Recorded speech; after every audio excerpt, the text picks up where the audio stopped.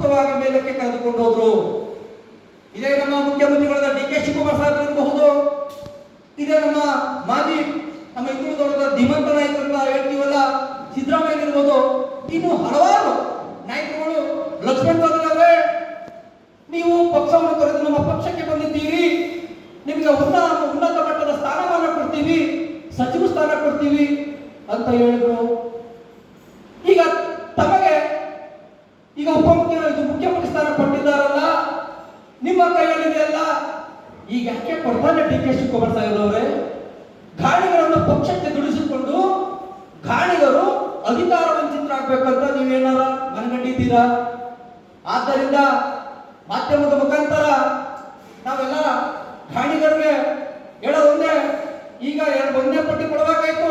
ಅಗ್ರ ನಾಯಕರು ಉಪಮುಖ್ಯಮಂತ್ರಿಗಳಾಗಿದ್ದರು ಹಾಗೂ ನಮ್ಮ ಬಿ.ಕೆ. ಸಂಗಮೇಶ್ವರನವರು ಪಕ್ಷ ನಿಷ್ಠದಲ್ಲಿದ್ದಾರಲ್ಲ.